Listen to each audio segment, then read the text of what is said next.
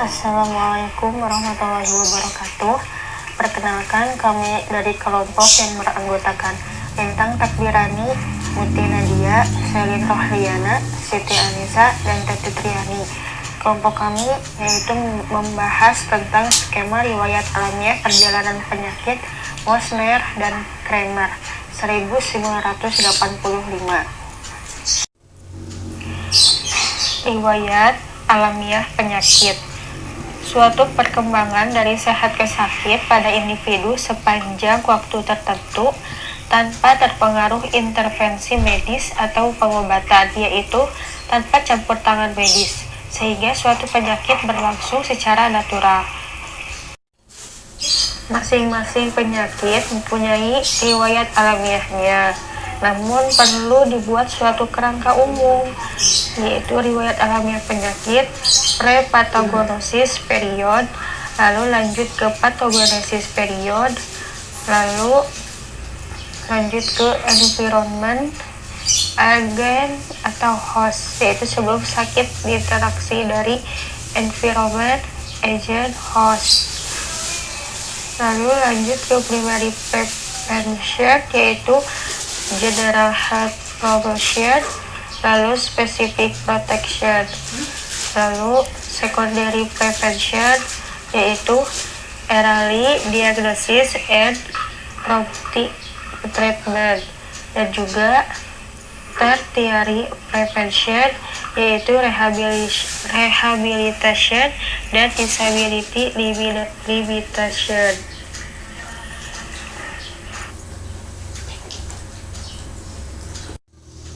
Selanjutnya, ada proses perjalanan penyakit secara umum dapat dibedakan atas Mosner dan Kramer 1985.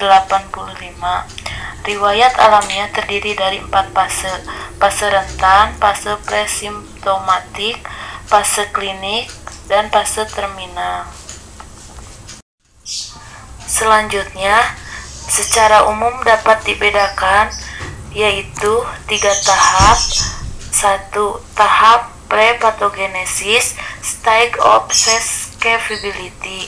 Yang kedua, tahap patogenesis, diantaranya ada fase inkubasi, stage of pre-symptomatic disease. Tahap penyakit ini, stage of clinical disease. Tahap penyakit lanjut. Yang ketiga, tahap pasca patogenesis, yaitu fase akhir penyakit, stage of illness stop.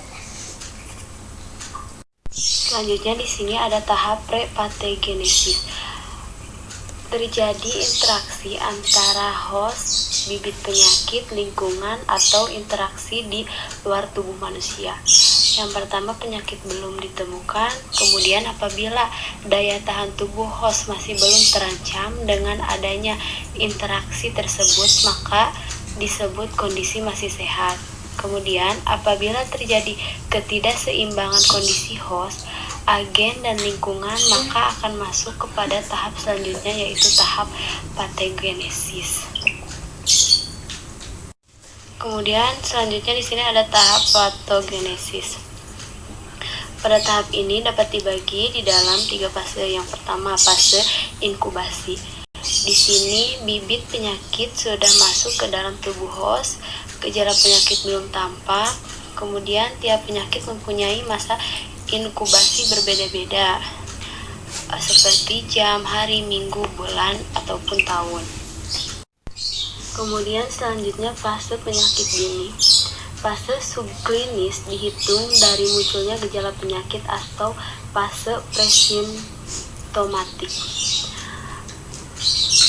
Di sini sudah menunjukkan gejala dan sudah merasa sakit, kemudian belum terjadi manifestasi penyakit, kemudian masih bersifat ringan, dan sudah mengalami perubahan patologik yang siap untuk dideteksi tanda dan gejalanya pada tahap berikut. Fase penyakit lanjut atau extended illness stage. Yang pertama, penyakit makin bertambah parah, Yang kedua, tanda dan gejala penyakit sudah dapat dideteksi. Yang ketiga, manifestasi klinik telah terjadi. Yang keempat, umumnya penderita tidak bisa bekerja dan baru mencari pelayanan kesehatan. Jika berobat, umumnya telah memerlukan rawat inap. Selanjutnya, yang ketiga, tahap pasca patogenesis. Fase akhir penyakit yaitu fase terminan atau illness stop. Telah memperhatikan akibat atau akhir dari penyakit. Perjalanan penyakit akan berhenti menunjukkan 5 keadaan, yaitu yang pertama, sembuh sempurna, baik bentuk dan fungsi tubuh kembali semula seperti keadaan sebelum sakit. Yang kedua, sembuh dengan cacat. Penderita sembuh, kesembuhan tidak sempurna ditemukan cacat pada pejemu. Kondisi cacat yaitu cacat fisik, fungsional, dan sosial. Yang ketiga, karir. Perjalanan penyakit seolah-olah terhenti. Gejala penyakit tidak tampak, atau dalam diri penjamu masih ditemukan bibit penyakit. Suatu saat penyakit dapat timbul kembali atau daya tahan tubuh menurun. Selanjutnya, kronis. Perjalanan penyakit tampak berhenti. Gejala penyakit tidak berubah, tidak bertambah berat ataupun ringan. Selanjutnya, meninggal. Terhentinya perjalanan penyakit, pejamu meninggal dunia atau keadaan yang tidak diharapkan. Manfaatnya adalah untuk diagnosis, masa inkubasi, pedoman penentuan jenis penyakit.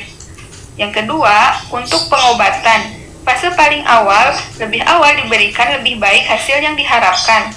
Kemudian, yang ketiga, untuk pencegahan mengetahui rantai perjalanan penyakit, mudah dicari titik potong yang penting dalam upaya pencegahan penyakit.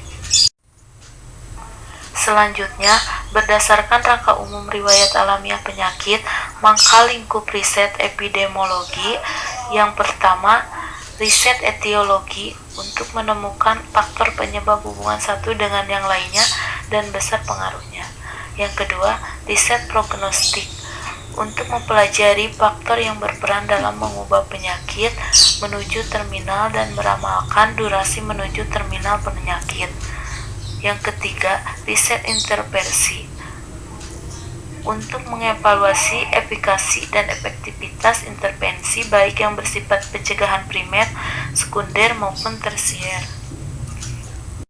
Skema hubungan riset epidemiologi, riwayat alamiah, dan tingkat pencegahan penyakit. Ada riset etiologik dan prognostik. Di dalam riset etiologik ada periode laten atau masa inkubasi, yaitu adanya fase rentan. Di fase rentan itu terjadi induksi dan pencegahan primer, sehingga menghasilkan fase presimptomatik. Dan juga akan terjadinya promosi di dalam fase rentan, yaitu di dalam promosi akan terjadinya fase presimptomatik dan juga pencegahan sekunder, sehingga promosi dan pencegahan sekunder menghasilkan fase klinik. Dan juga di dalam fase klinik juga akan adanya durasi yaitu diantaranya ekspresi dan pencegahan tersier, sehingga menghasilkan fase terminal atau akhir.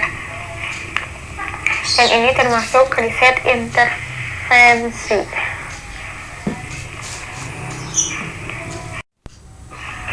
Periode pada penyakit non-infeksi. Yang pertama, periode induksi, yaitu masa antara masuknya agen sehingga menghasilkan proses penyakit.